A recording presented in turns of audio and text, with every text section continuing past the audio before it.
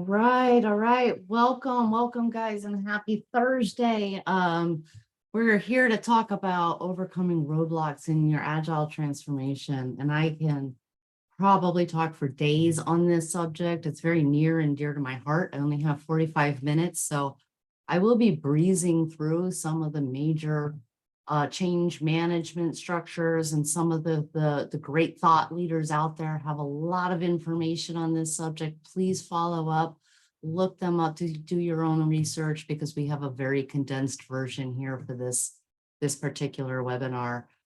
There are tips and tricks that may work for you guys. You guys may have your own that have worked for different your organizations. So quick introduction of myself. My name is Rachel Schumacher. I am a coach and trainer here at Clearly Agile. I come from the project management world, and as a project manager, I particularly, although I immediately saw some value in Agile, I immediately saw some value in the Scrum framework. I also had some difficulties understanding how I could control projects and how I could ensure the success of projects when I wasn't in control. And I had a lot of resistance. I was the resistor. I was the person who was the resistor. So because I had concerns, I had real live concerns. How could I do what I felt like I needed to do if I wasn't doing it? How are risks managed? How is schedule managed? How is the budget managed? What if the communication lines broke? I had just real concerns, and I didn't quite understand how they were all inherently built into the Scrum framework at the time. So when I've worked with clients, I've brought this to me because I understand that they're going through the same things that I went through. They're concerned about the same points that I was concerned about. I understand their point of view. And I think that any change to start understanding their point of view and where they're at is going to be one of the biggest things that you can do to bring on real change. So these are different tips and different tricks. They may not work for everybody. Some of them have worked very well for me. Some of them I've gathered from others.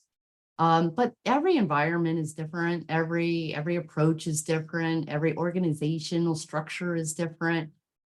There is no agile transformation that is going to come out of a box. It's not a possibility. But there are some common struggles that we all face. And we're going to bring some of these common struggles and try to find a common approach of how to handle them and how to deal with them.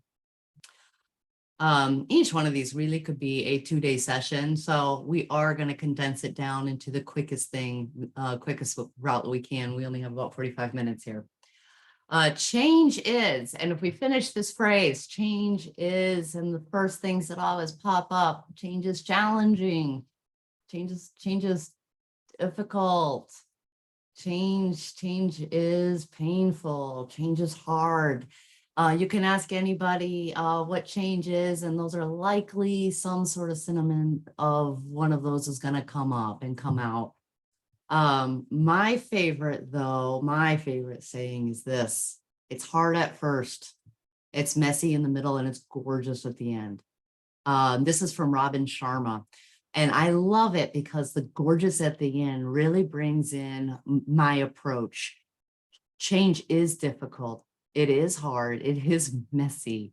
But if you keep your eye on that end goal, you keep your eye on that gorgeous place where we want, it helps you go through the difficult times and through the transformation times. It helps you go through all of that, working together with the people who you're working with to change, and it gets to that gorgeous place. So Tech Target described change management as a systematic approach to dealing with transition or transformation of an organization's goals, processes, or technologies. I love that definition because it's bringing in a very important key factor, and that's that systematic approach. There are certain steps that you definitely want to take to bring any agile transformation or any major change into an organization. you do want to take some definite systematic steps into doing it.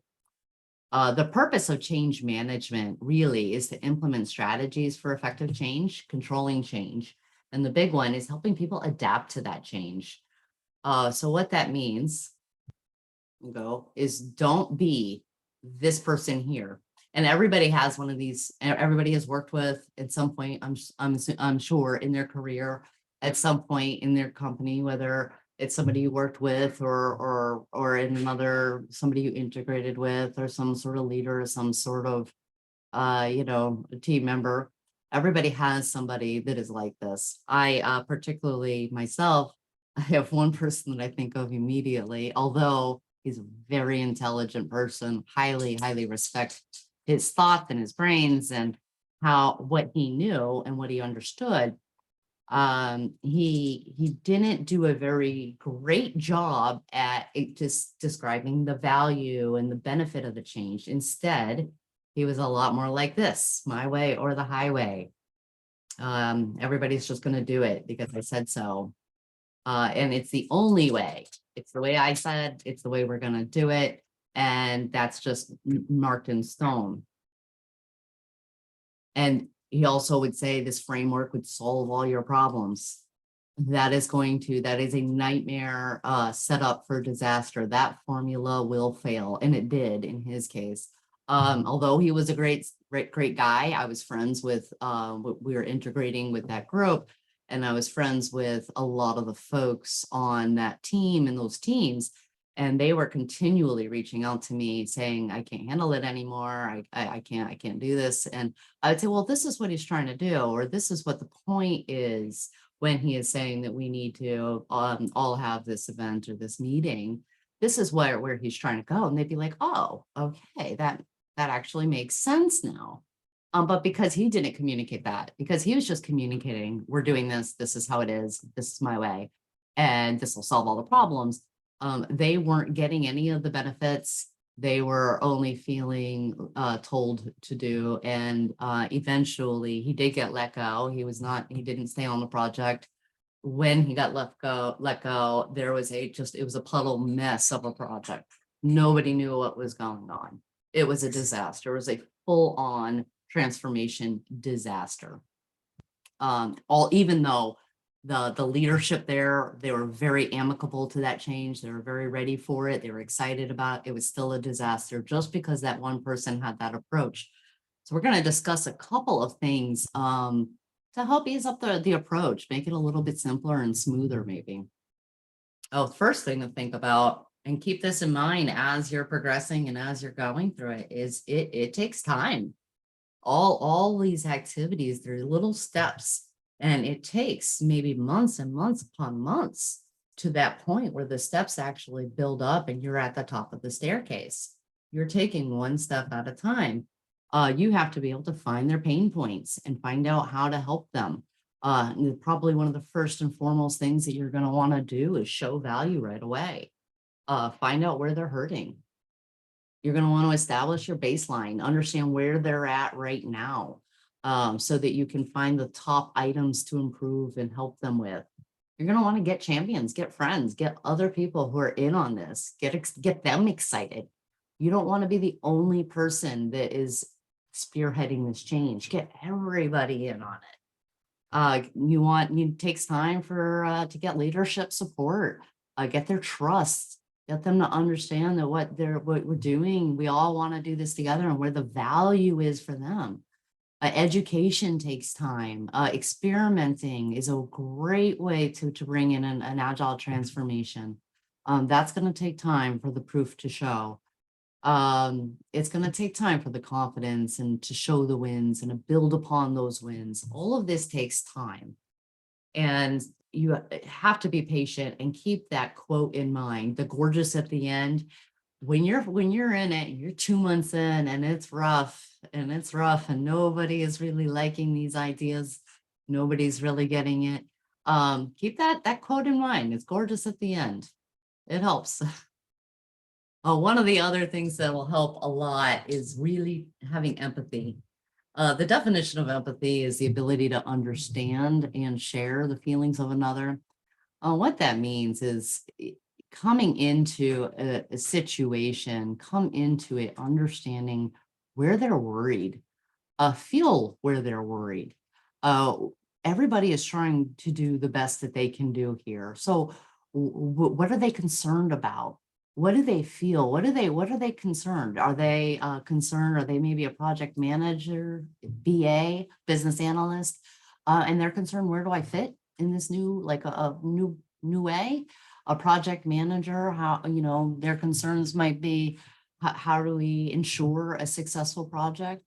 And how do I report without having the right metrics that I need to report with? Or how do I keep my constraints in line? And how do I keep on the critical path in this new way? A business analyst might be, where do I fit into it? If we have a product owner, what do I do? I don't want to lose my job. These are real concerns. They're worried about feeding their families here. And if they don't feel like they can get into this new way or find their place into it, they're going to be resistant.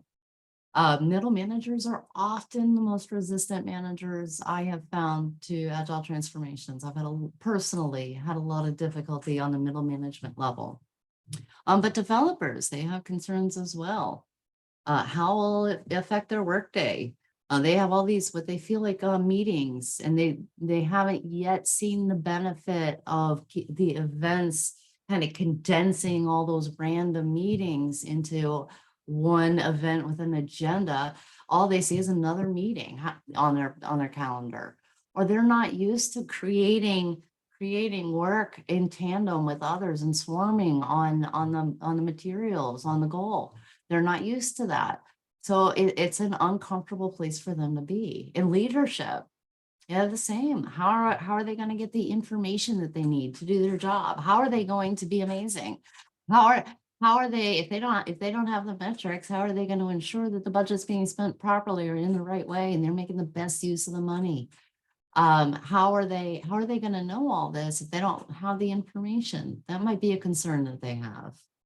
The engineers, architects, QAs and testing. How do we do all this without stepping on each other? So everybody has real concerns in a transformation. It affects everybody on all stages. And your role as somebody who's helping bringing the transformation is to take a step back, look at how they may feel, have empathy for them, true empathy for them, understand what they're doing and what they're worried about, talk to them about it, and explain how you're trying to help them with it. And actually, at the end of the day, make their job and their lives easier and the project more successful, etc. But you really do want to start off from that empathetic spot, that empathetic place. And Bridges transition model is a great segue into this because it focuses on transition, not the change itself. This was created by William Bridges in, I think, the young 80s or the late 70s. And what he described was a fear, concerned about letting go, concerned about the ending, concerned about how things are. And that brings real emotions. It brings denial, anger, sadness. It's a loss. It's a loss. And your team is going to need to accept that the way that they have been working is ending. And they have to accept that before they're going to be able to go to the next step. And that's the neutral zone. And the neutral zone it's essentially where they're confused, they're uncertain, they're impatient. They realize that, they've gone through the ending. They realize that the old way is obsolete. But they're not concerned about how the new way is going to impact them, about their job, about their about the change itself. Here you might see resentment towards the initiative, or skepticism, or just general concern that it's not going to be as smooth and it's not going to work. However, it's not a completely negative space. This is a great opportunity for creativity and innovation, renewal. It's a time where people start thinking a lot, that concern and that worry, that angst creates them to start thinking about things that they might want to do better. So it's a great way to go into like the new phase, which is called the new beginning. And the new beginning is just that last transition. That's when people start to embrace it. They start to get excited. They start to see the benefits, high energy, they're open to learning, renewed commitment. They're kind of feeling part of the group again. And it's kind of like if you're familiar with Tuckman's ladder with the norming, storming, performing. The beginning, you can kind of go back and forth between those phases. You can kind of go back and forth. Maybe as you're forming, kind of jump right into the norming and then go back down to forming if you get a new team member or whatnot. And the same thing with the bridges transition model. You might go between ending, losing, letting go to the neutral zone, back up to ending, losing, letting go. These are real emotions and they don't necessarily follow a path exactly. But going into change itself, what are some tips and tricks? The value of leadership support can never be underestimated when you're doing an agile transformation. I can say this 10 times over and over. The value of having somebody in leadership who is championing the change, supporting it, sending the message throughout the organization.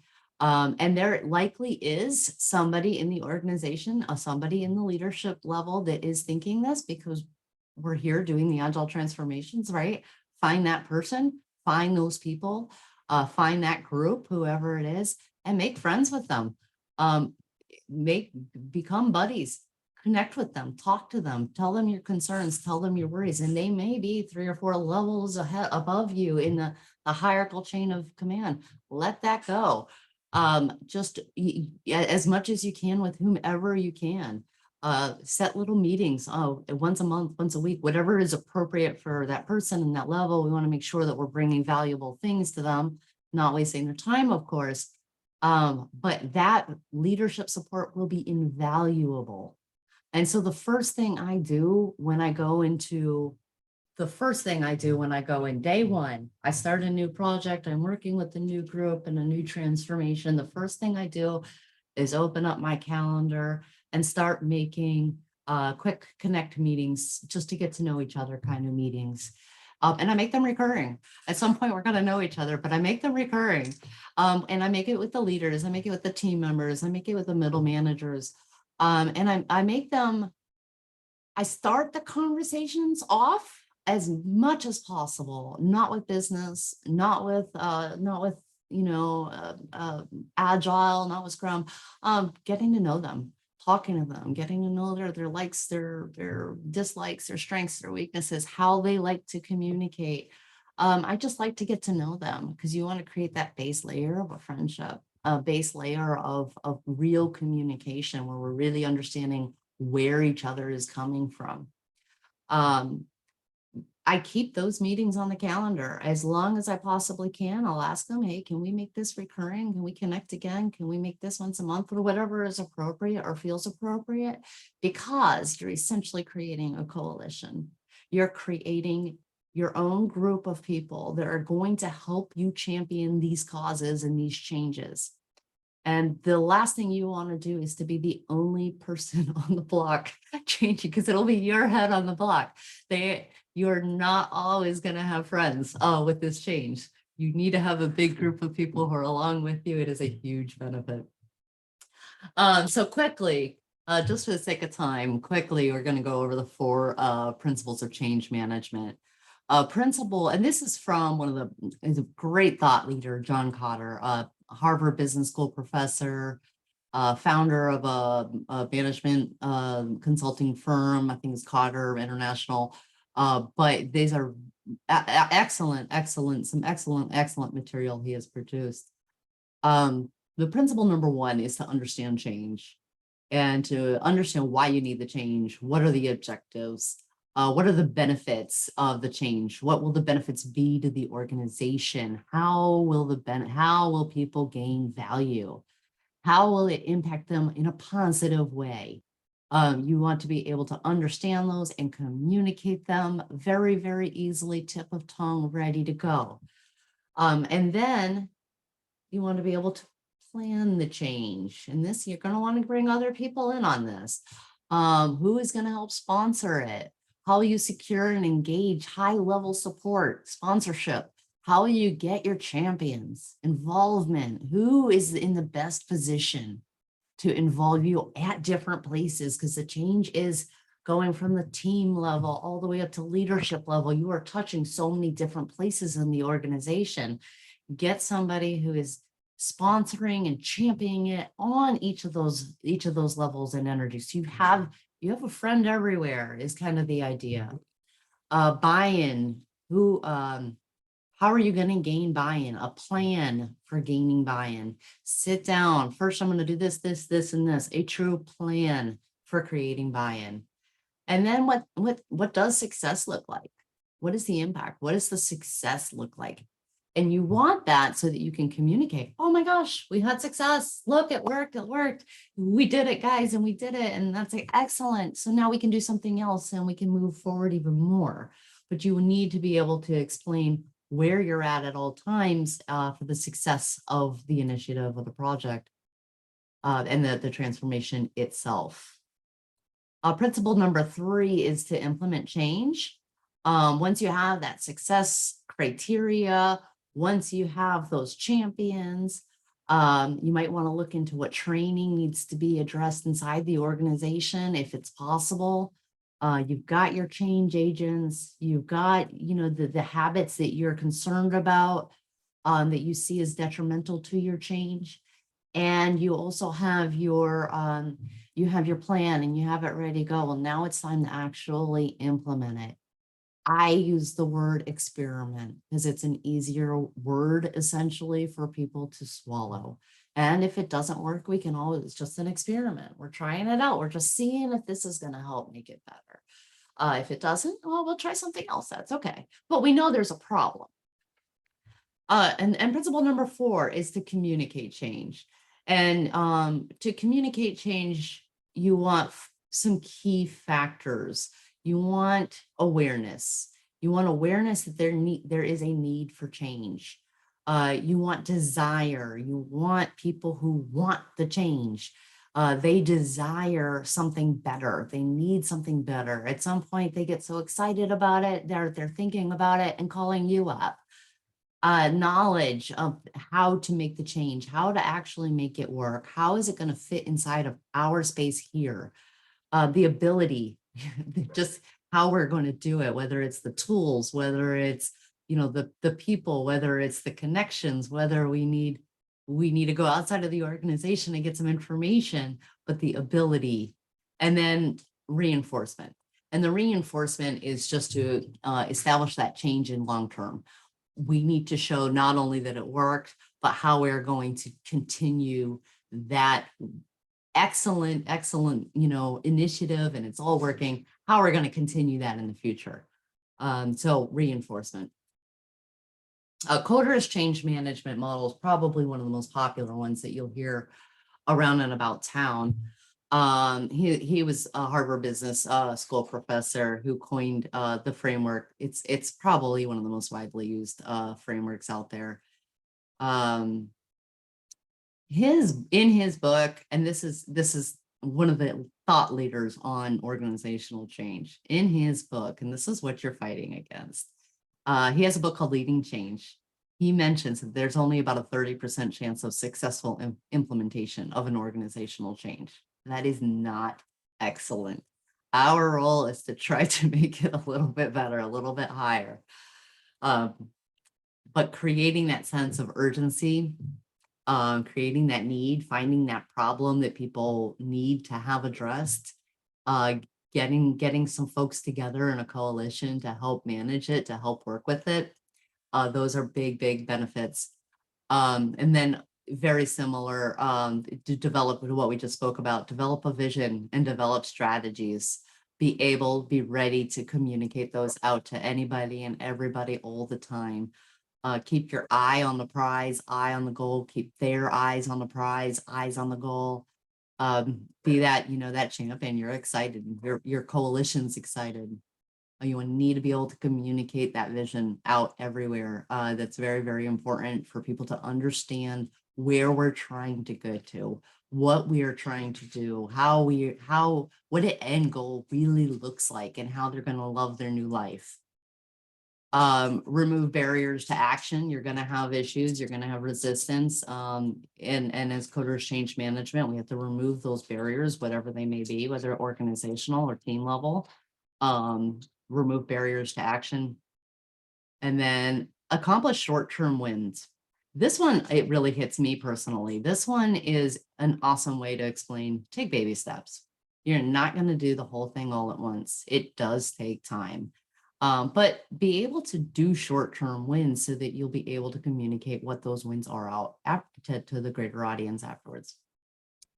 And then build on the change. Once you make a short-term win, once you make a win, build on it, add another win and another win and another win. And the next thing you know, you've climbed the whole ladder.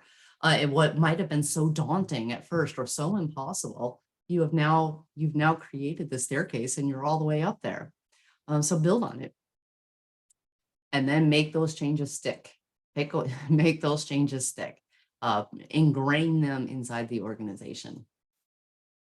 One of the first things I do right after I make a bunch of meetings with people who I'm hoping will help championship the project or the transformation, one of the first things I do is it's a transformation assessment. It's just a very simple baseline. Where are we in the Scrum process? Where are we in the Agile process? How does our organization fit into it? How do the team level, how are they fitting into it? There are templates out there. I know clearly Agile has a great template, but you want to ensure that transformation assessment maybe does not have particular Scrum terminology. A lot of people have been misusing Scrum terminology for years now, and what they think something might be, what the true benefit of it is may not be real life. For example, I worked on a development team that actually called themselves a Scrum team. They didn't use the sprint as a time box, or they didn't do sprint planning or have sprint reviews or any of those events that caused, that create that transparency, inspection, adaption. They didn't, show the Scrum values, but they called themselves the Scrum team. So I'm always careful with my transformation assessments when I create them. I usually end up tweaking them to match the organization itself. One other keynote, you're going to do this again and again and again, because you are going to want to use that transformation. Hey, here's the first one. Here's where we started back in March. In May, we made some small progresses, not a lot probably, but we made a couple. Let me show you where they are. And then the next, months go by, and you can show the growth of the transformation just off those assessments. They help not only make you feel good as you start to get, as change is happening and it's so slow, it starts to get a little bit overwhelming and overbearing. Not only do they help make you feel good, but also they're really great communication points to leadership. Hey, we are achieving, we are winning, we are doing this, we are starting, and look, we're, pretty soon, once we got the baseline set now, we're going to be able to fly. And it's a really good communication point for that as well. You will have resistance. There will be somebody. I've never not had somebody. There will be somebody who is extra resistant to the change. They really don't like it. They really don't want it. And they will tell everybody loudly how they don't think it's going to work. I've almost always seen it. Be prepared. Not everybody is going to appreciate you. You're not always going to be the most popular person in the room. Some people are just going to flat out dislike you for what you're trying to do. It is real, but just because it's real does not mean that you can't use it. So use resistance as an opportunity to teach or train. hey, you know what? It might work that this initiative, it's designed to help with this problem, which is great. We know we have a problem there. And, it is built in to help us in these ways, this, and this, whatever they may be. But you can actually use it as an opportunity to teach and train and work with folks that are resistant, especially if it's in front of a group. That's even more excellent. You're doing training on the sly. You're doing teaching on the sly. You're just talking, but if you're bringing it in, right, you're actually teaching as well. So you're bringing it in a way that doesn't feel so preachy or so overwhelming. It's you're just responding to somebody's resistant comment.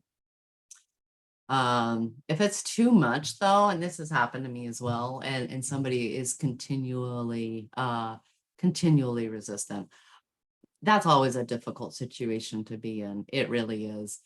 One of the things that I always do, and I tend to not like confrontation, or difficult discussions. I just tend to be that kind of person. They would rather things are nice and smooth and happy.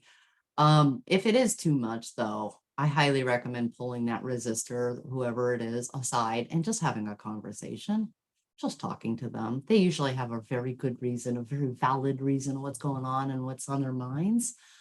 So pull them aside and talk to them about what their root cause is and their real concerns are. See if you guys can find a common ground, or something that you guys can work, maybe a small baby step just to try something out. Um, if not, I might give them an extra goal or something that they can do that they feel really good about, so they feel part of it. Whatever it might be or do, but bring them outside of the group if it's too much and it's going to turn the group's tide away. I would just take them aside and have a good chat with them. We're all people here.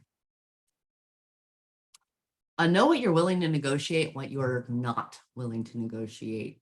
So change, as it's a little slow, as you have to take these steps, and as you are creating this environment for the change, you are being strategic about it. You're following some of the change frameworks. What you do need to realize is that you cannot negotiate on some things. You can't negotiate on core Scrum, or you can't negotiate on the values, the principles of Scrum and Agile. You cannot negotiate on those. Use the Scrum Guide for reference. That's a big help. If it's not in the Scrum Guide, it's negotiable, essentially. If it is in the Scrum Guide, it's not negotiable, essentially. But know what you can negotiate and what you're willing to and what you're willing not to. And keep that in mind as you're negotiating. We're going to do just this small step right now, but I'd like to get to here later. And here's why. And if we don't do this full step, here is the detriment and here is the downside. Be willing, be able and be ready to communicate the positives and negatives of everything that you're doing. And if you're only taking a partial of Scrum, be able to negotiate what the downside is or what the negatives are. But don't negotiate core Scrum. You will end up hurting yourself more than you're helping yourself. Meet them at their level and then add yours. And this one may not be 100% popular with everybody in the audience. This is a personal thing that I have found has benefited me. I don't often use Scrum terminology in a new project. I might kind of mix it up. So I might use something like, we're going to do our daily connection with the team, or just we're going to do, instead of saying we're going to do our daily Scrum, we're going to do our 15-minute quick connect, whatever. It's the same thing. It's the same thing. We're going to have the same exact meeting, but it feels less scrummy to them. It feels like some people I've experienced, they hear the words of Scrum, they hear our terminology, it sounds foreign to them, so they automatically don't really like it that much. And they've heard it before and it didn't work because it wasn't implemented properly. Possibly that's happened.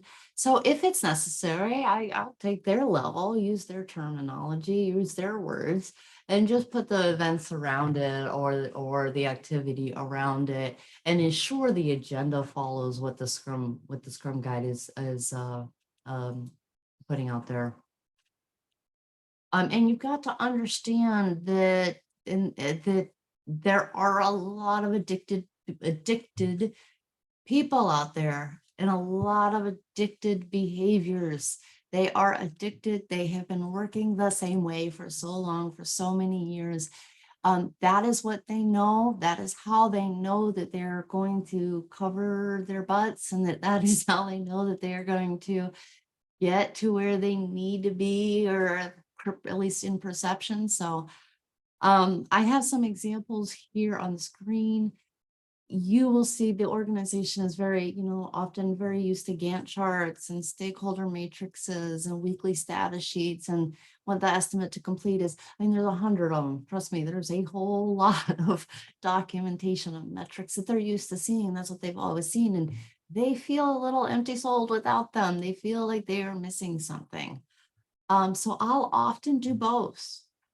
The agile world, we have our cones of uncertainty, or release burn downs, or product roadmaps, sprint forecasting, sprint burn downs, whatever our metrics are, they are done very differently.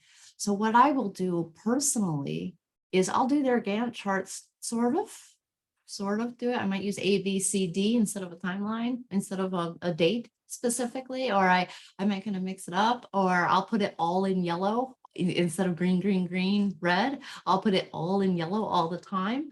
But I'll also present ours, and I'll give a quick explanation because they likely don't know how to read some of the charts. So I will walk them through and give them an explanation of how our sprint burn down is going to show, where we are on track for each sprint and how we're feeling about the task. Or our release burn down is showing, from this period of time to this period of time, here's where we're feeling we're on track, or here's where we're feeling we're getting scope added, we're getting, more put in than out. I show them this and see how it works. And once you explain it, and often they tend to like it, but it doesn't mean that right away they're ready to let go of their Gantt charts. So I'll often do both. And that's to your discretion. Some folks are okay with that, some are not. I have found it has helped me in communicating with leaders and communicating with, project statuses and all the concerns that they've had. I have found that it's helped me a lot. Take every opportunity to educate with whatever chance you have, or whatever you're given. Different ways to engage people, find solutions to their problems within the framework. If, for example, often I have not been lucky enough to have been given enough time with the team to do a proper agile education or quick Scrum 101 course with everybody. They're too busy, they're going, they can't stop, they can't even slow down, they don't feel like sometimes we can get that, and that's awesome. It's like a gold ticket. But often I don't get that. So what I've done is kind of just go do it on the fly, do it as I can, for example, that meeting dead time, everybody's joining a meeting. Let's say it starts at 8. You've got, folks who are not respecting the time box, and they're there at 8:03 maybe. But I'll just ask people who are joining. I put, hey, we're having a sprint planning meeting. I put the agenda of the sprint planning meeting. These are the goals. This is what this is what we are going to accomplish in this meeting. This is who should be attending. This is, just a quick little excerpt of what the sprint planning is about. I just put that on the screen as people are joining. I'm not talking about it. I'm not saying anything. I'm pretending it's not there. I might be chitter chattering with somebody about the weather, but that's there on the screen, just there. And over time, people are bored, they're going to read it, they're going to get to know it and get to understand it better. So that's just an example. Use any kind of time that you can use, maybe to just educate as you can. Very, very important is help them where it hurts the most. Provide value as quickly as possible. So find some easy wins Find some easy wins to provide value. Whether it's something small, something big, small things often usually take, they're quicker, so it's easier to show the value quicker. But you want to be able to immediately be a little bit of a champion. People will like you better, they will trust you more, and they will, although it may not make any sense, they will like you better, they will trust you better, they'll ask for your advice, but more. It's just definitely go in there, your third day, your first day, you're making calendar invites, and you're doing a transformation assessment and creating a transformation plan. And then you're taking the things that are fires or big fires and just making it easier for them. This might be doing something out of your normal Scrum Master role. It's not really, kind of put in the Scrum Guide in this form, but you could use it as an accountability, like you're removing impediments. It's all words, right? At some point, if you're putting value in right away, though, it will gain their trust that you're on their side and you have the ability to help. Highly recommend small wins, big wins, but get them, the ones that you can get out quick, get those out quick, and then work on the more difficult ones as you go. Kind of a no-brainer here, use the Agile Framework. The Agile Framework is an excellent base. It has everything that we need to be built in. If you are new at making at Scrum Mastering, or you are, you have a company you're working with an organization that's very new to it, stick with the base, stick with Scrum. They should say use the Scrum framework, but stick with Scrum. It adds existing processes on top. Fix it as you go. You can modify it to fit the organization, but keep that base, that Scrum base. Don't lose that. You'll eventually see a great reduction in external meeting times. One of the biggest things that I've seen is just meeting times to get together for the events, resistance there. Do meeting mapping, show them, hey, if we can combine all these 4 meetings just into this one meeting. And it has a very tight agenda, so we should be able to time manage better and save some time here. And you'll eventually see a great reduction in meetings if we follow the framework. Be transparent about everything you're doing. Communicate, explain, describe, put it out there front and center. Get everybody everywhere to understand not only where the team is at and where the groups are at, where the project is at, where the program is at, but also where the Agile transformation's at. Here are my concerns as I'm putting this Agile transformation. I'm experiencing a lot of resistance here. I'm experiencing a lot. Be willing to be bare, to be open.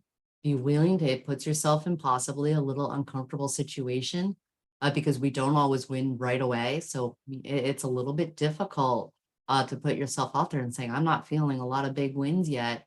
I want to get here, here, and here, but be willing to be transparent. And keep that in mind, and keep those communications up with the leaders to be able to be transparent to them and to the team on the team level. Be transparent. Yeah, talk about concerns, the progress to the end goal, explain what the end goal is. Just be very, very open. Get help from your community. The Agile community is amazing. I would not have been able to do some of the transformations I've done without them, just because, we've got so many people. We're all facing the same things. Find your lean beers or your Agile meetups. Scrum Alliance has a great community. LinkedIn has a great community. Lean Coffees, Heart of Agile. There are a lot of communities out there, and we're all willing to support, each other, and we're all going through it. And we're all, and it's nice to hear other people are going through about the same things. And they may have an idea from that will be a big benefit to you as well. So there's also create champions, find folks that are going to help you. They're going to be the ones who actually are the, talking about the goal. They're the ones who are actually doing the communicating, or the big chunk of the communicating. And this is really, really nice specifically because as a change agent and you are in an agile transformation, oftentimes you are pointed at as that person who is always talking agile, always talking scrum, always trying to change stuff up. Let them, let other people take the brunt of that. And then the big one, let them think it was their idea. Let them feel like it was their idea. Pat their back, congratulate them when they get it, when they've done it. You want that person to continue being on their side. You don't need your back patted. Your back being patted is at the end of the day when you look at those transformation assessments and you're like, oh my gosh, when we started this, 5 months ago, there's no way I thought that we'd be here right now. Pat your own back. But pat their back when they've been championing for you and championing the cause, get them excited. So they'll start getting other people excited. Let it flow throughout the organization. And don't do too many initiatives at once. I've seen this time and time again. Change is difficult. Take one at a time, take two at a time. If you do too many at once, you're going to run into overload where people are just tired of change. They haven't adapted to one before you're putting on another. They aren't ready for it all changed at once. You haven't been able to communicate out those short wins, those quick wins. You haven't communicated them out yet. So all they feel is change, no benefit. Be careful. Be careful to step away from that.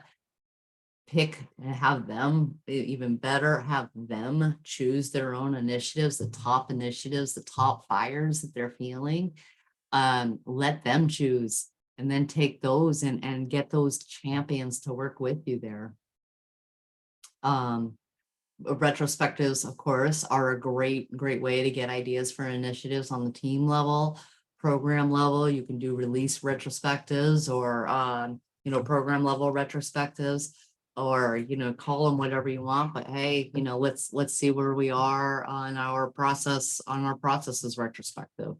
Call it whatever you want, but let them choose the initiatives and let them help drive it forward. Have a lot more buy-in for all the initiatives. Experiment, and I did kind of barely touch this before, but the proof is in the pudding. So experiment, show them where, hey, let's just try this, make it non-intimidating, not a big deal. Hey, let's just give this a shot. If it works, sweet. If it does not work, that's okay. We'll adjust it. We'll figure out the right thing that works for us. I know we're special. Yes, there are a lot of patterns throughout every project and every organization and every team. And they all say they're special. Make them feel special. They are special. We're going to tailor this right to you. We're going to make this work for you. You are special. Experiment. And that's a great way to do it. Just say, hey, let's just give it a shot. Let's try it out. Let's see if it works. Let's see what parts of it we like and what parts we don't like. And then don't forget, when you're doing those experiments and you're doing those to create that end goal, what's our success criteria look like? What are we actually trying? Because you don't want that success criteria to just keep going higher and higher. You want to be able to say, oh my gosh, we won. It worked. This is great. You want to be able to say that. You want to be able to communicate that so that you can move on to that next step, that next initiative. And then the final, do it all over again, rinse and repeat. Do it secular with the group, with the organization, whether it's a new group, new organization, or somewhere brand new. These steps, tips, tricks, they will work in pieces for everybody. There is so much more out there, guys. This was a very, very short time to talk about something very complex. Although I love this subject, I do feel like it has been shortened. Do some research, do some looking, talk to other Agilists. You're not alone. Agile transformations are difficult. They are complex. People are willing to help. We need help ourselves. We need someone to bounce ideas off of and get some benefits and some values. And how are we going to do this? It's a great thing. So I know we have a link. We're going to send this out to everybody. It will be available. Ashley, do we have any Any Q&As? There is one question in the chat.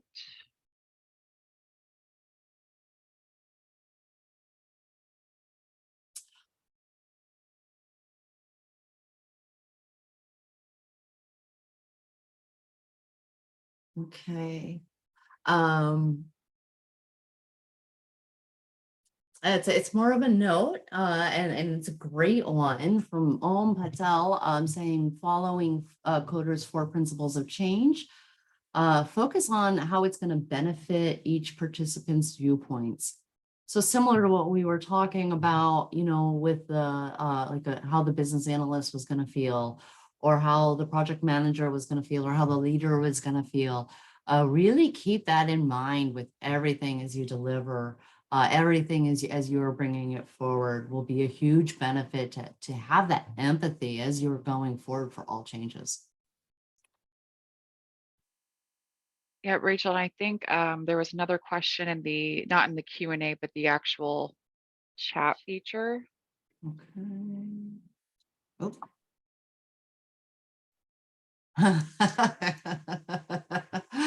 Oh boy, how do you maintain having empathy for those who only want to complain and will not engage in activities to bring about improvement? Like this mantra. Sometimes you have to take a minute back and step away. I have had to actually step far away for a day. I was experiencing so much resistance, and this one particular person was more rude about it than not. I'll just say, borderlining unprofessional. And I started to feel upset. I started to feel upset. I had to totally step away from the situation. I stopped. For a couple of hours, I stepped all the way away. Got back once I started to try to think about it, where they were at and where their viewpoint was at and where their worries were. Because I know everybody wants the same. We all want to succeed together. We all want the projects to succeed. We all want we all want the same goal. How we think we're going to get there is always different, but we have the same vision and the same goals in mind. So I had to take a step back and try to just put myself in his shoes. And then once I calmed down enough to be able to do that particular person, I gave them a call. And then I explained where my shoes were. And even almost on the sympathy version, I'm like, hey, I'm really experiencing a lot of trouble here. And I know you are too. We've got to work together, blah, blah, blah, because, and then how can we come to this particular problem? How can we solution together? I see I have a raised hand. Yeah, can you hear me? I can. Okay, yeah, so I just wanted to add to that. I think those are great points, Rachel. One of the things you could try when you're experiencing somebody who's really just a consistent naysayer is to acknowledge their point of view. So it goes back to my earlier comment about WIFM, what's in it for me, right? And then ask them to lead a session. Say, how would you do this, right? Here's your opportunity. You're on the pulpit now. Go ahead, do it.